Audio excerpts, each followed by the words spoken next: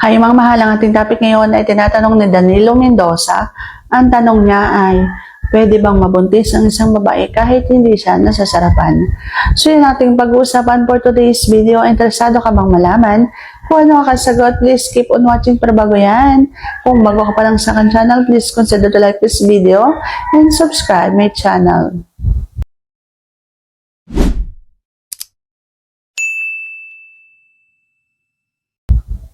So, pwede nga bang mabuntis? Ang sagot ay oo. Oo naman.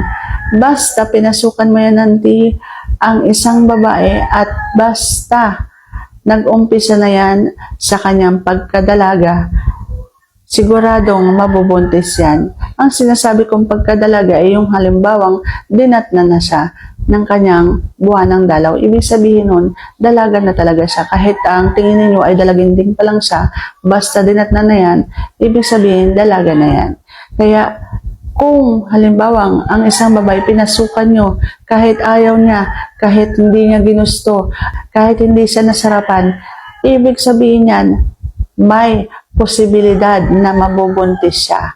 Depende talaga yan sa kung gaano kabilis pumasok yung iyong semilya. Kaya kung halimbawa ang iyong tinatanong Danilo, napapansin ko ito si Danilo, minsan na tinatanong niya tungkol sa batang babae o kaya naman nabubuntis ba.